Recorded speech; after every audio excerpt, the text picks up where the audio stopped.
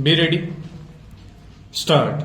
A bare reading of this provision makes it clear that the prerequisite to exercise of jurisdiction by the Commissioner suo motu is erroneous insofar as it is prejudicial to the interests of the revenue stock.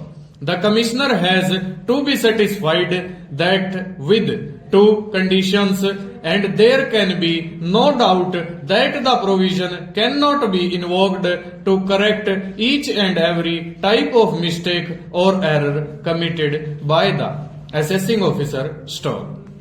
It is only when an order is erroneous that section will be attracted stock. An incorrect assumption of facts or an incorrect application of law will satisfy the requirement of the order being erroneous stop.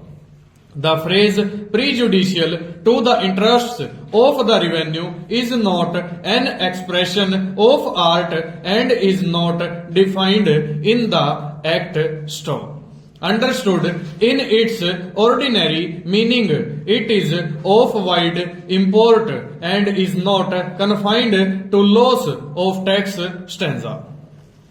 In this context, it must be regarded as involving a conception of acts or orders which are subversive of the administration of revenue stock.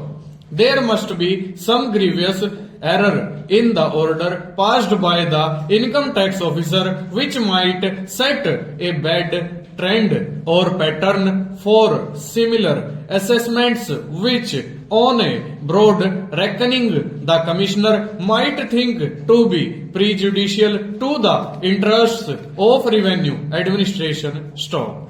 In our view, this interpretation is too narrow to merit acceptance stock. The scheme of the Act is to levy and collect tax in accordance with the provisions of the Act, and this task is entrusted to the revenue stock. If, due to an erroneous order of the income tax officer, the revenue is losing tax lawfully payable by a person, it will certainly be prejudicial to the interests of the revenue stock. The phrase prejudicial to the interests of the revenue has to be read in conjunction with an erroneous order passed by the assessing officer stock.